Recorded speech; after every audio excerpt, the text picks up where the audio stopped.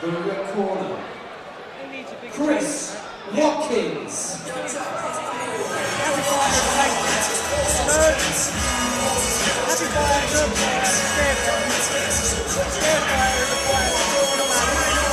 wasn't nervous, that was scared. And I said to him where his eyes were, he lifted his lips and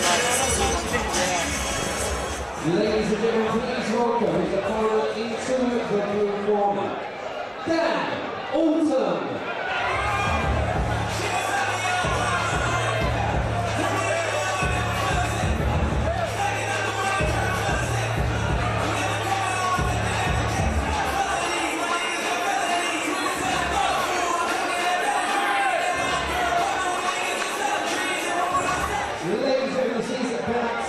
Number 14 on the series program, and this bout has been proudly sponsored by DF Brickwork.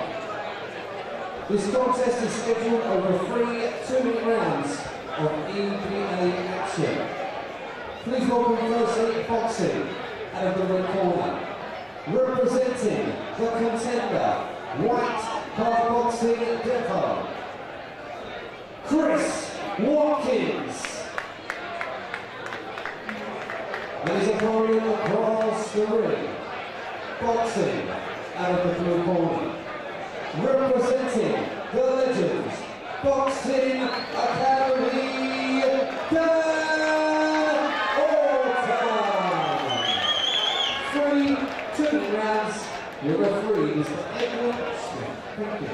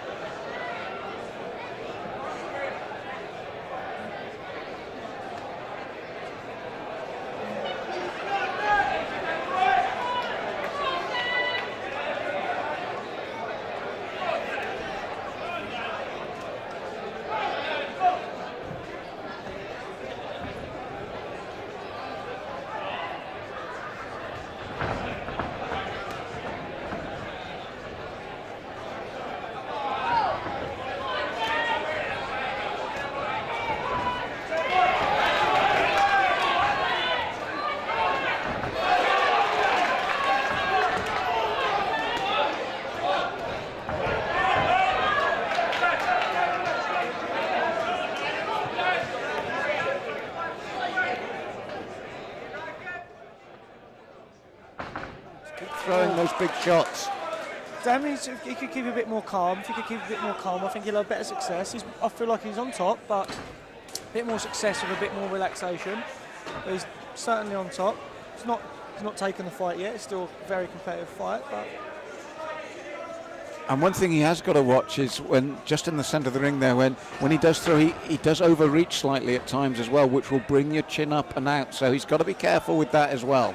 Yeah, his opponent doesn't look weak when he lets him go either. His opponent looks like he's got a dig on him. It's just that he's putting the pressure on. It's his first round and it's quite a busy round. Maybe it's a bit of nerves and they'll settle down in the second, but this is suiting blue corner more at the moment. It is at the moment, and I said he's kept, and again he snaps the head back of Chris Watkins, and so the pressure is working for him. And I said what he does well here is keep his man with his back against the ropes. It's not necessarily pretty, but it is effective. And when he's doing that, it's stopping Chris working back, which is working in his favour in this opening round. Yeah, Dan's putting a lot of shots together when he goes to work. He does really let him go. He gets the burst go. He could maybe tidy up and get better success, but it takes time, it takes experience, so it's early on in the fight as well. What it's doing is keeping Chris out of his rhythm, and here against the ropes right above our commentary position, he actually used the forearms to push Chris back into the corner so he could throw again. So what he's doing well is while he's doing this, Chris cannot fire back. Dan's got to be careful not to burn out though. He's doing a lot of early work, and like we mentioned, at the age of 40, can he keep that work rate up?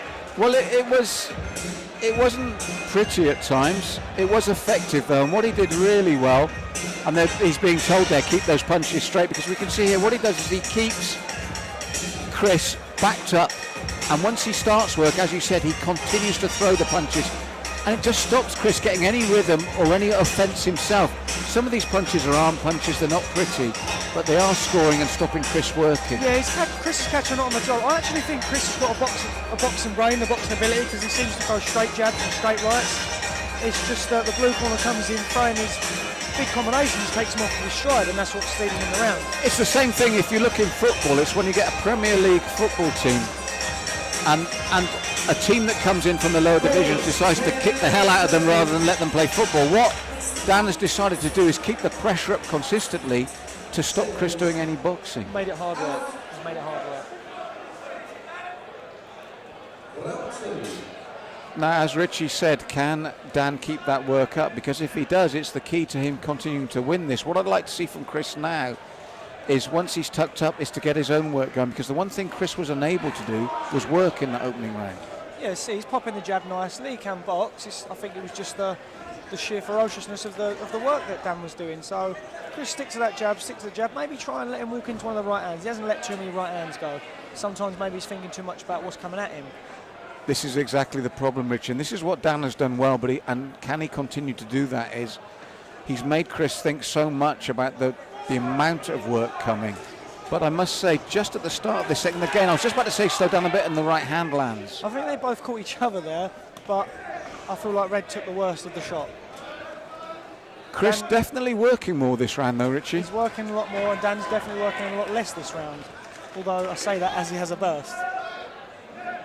That's right, and he's breathing heavily now. A lot of those shots are arm shots. He's, as you said, he's expended a lot of energy.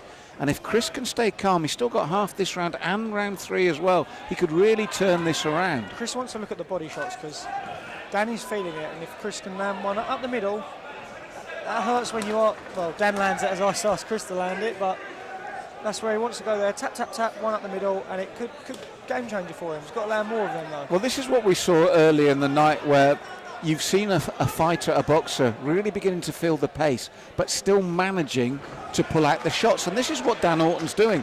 We can see he's feeling the pace, but from somewhere, he still manages to drag up these shots. And he's not given that count, I think, because he turned his back twice. I was just about to say, Richie, it's about the turning, not the actual power.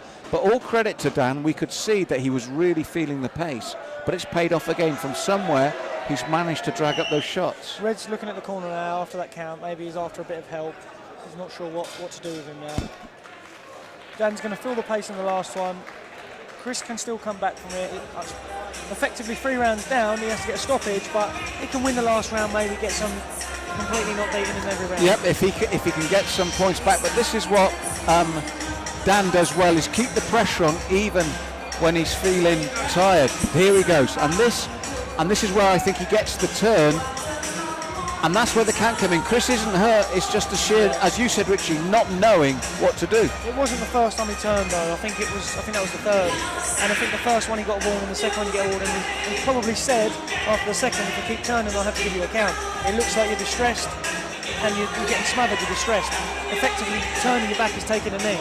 Because at every level, whether it's your level, professional or rank amateur, the referee tells you at the beginning of the bout, defend yourself at all times, and that is showing you're unable to defend yourself, and that's why I think he got the count. Now, I'll be interested to see, Dan's managed it for 2 rounds to pull it around and keep going. If you look at him, he looks the more tired, he does look the more tired of the two. Although Red looks like he took a few more shots, Dan looks like he's feeling the pace a bit more. Let's see what... But do you know what, Richie? It's instinct. Instinctively, you know that Dan is a front foot fighter, needs to throw the leather, and from somewhere, his mind tells his body to keep going, and he will keep throwing this. Yeah. Work. Whether they're hard, fast, just work. Just work. Now, this is what will be frustrating for Chris Watkins when he watches this back. 3 jabs to work the body with the right. If he'd have started that in the first round, get the hands up high from the jab, bring the right down to the body, he could have had a lot more success. Yeah, I feel like watching this back, Chris will think I could have done more than I did. No fault of his own. I think Dan put the pressure on really well and smothered him a little bit, but Chris could have done more than he done if he let a few more shots go. Right there, he's taking him nice on the gloves. Here, he should swap to the body. The body is massively open. Dan's not moving anywhere, but it's easy for me to say it from here. Oh yeah, it's the best position in the house to say it from outside the ring. It's so much better for me when I'm boxing on this side of the ropes. But the thing is, as well, it's frustrating from a position when you know there's more to a boxer than he's showing at the moment. And we've seen enough from Chris Watkins to know that we do genuinely think he will be frustrated watching this back. But all credit to his opponent, even when he's looked tired. Dan Oughton has stuck to his game plan, found that. Look, he's looked to his corner now and breathed deeply, but I guarantee he will still come forward and throw leather. Here he goes, look, straight back in. You've got to give him credit for that, because they're both in a battle here. They're both in a battle. Even though Red might be down on the points, he's still fighting to win. He's still fighting with intent. Blue corner's winning. He could take a round off and rest. He's choosing not to. He's still plodding forward and doing the work. I think you're right. I think this is the way that Dan Oughton fights, and full credit to him. Goldfish is there, the mouth wide open, but he's suddenly from that, and for the first time he's actually almost stopping and then comes forward again. The arm punches, but he's throwing them. He's racking up the points. He looks like he's feeling it now. He's taking a look around the room. I think he's done enough to win the fight. And if you are going to feel it with 3 seconds to go, that's the time to do it. That's the time to let your opponent know.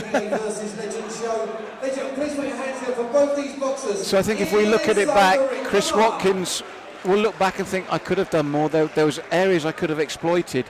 Dan Oughton, he did what he set out to do for 3 rounds and did it consistently. He did effectively. If they both want something to go away and improve on, Dan could go away, take his time a little bit more. He doesn't have to throw hooks. If he give himself a little bit more space, a little more time, he might have had an easier night for himself. The same with Chris. Chris could go away and think, right, I should have worked when he was working. They're both positive for both of them.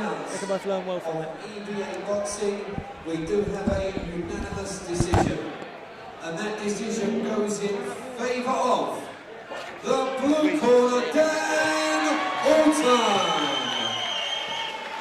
Ladies and gentlemen, for a fantastic contender here tonight, Chris Watkins, and once again your winner, representing the Legends Boxing Academy, Dan Oughton.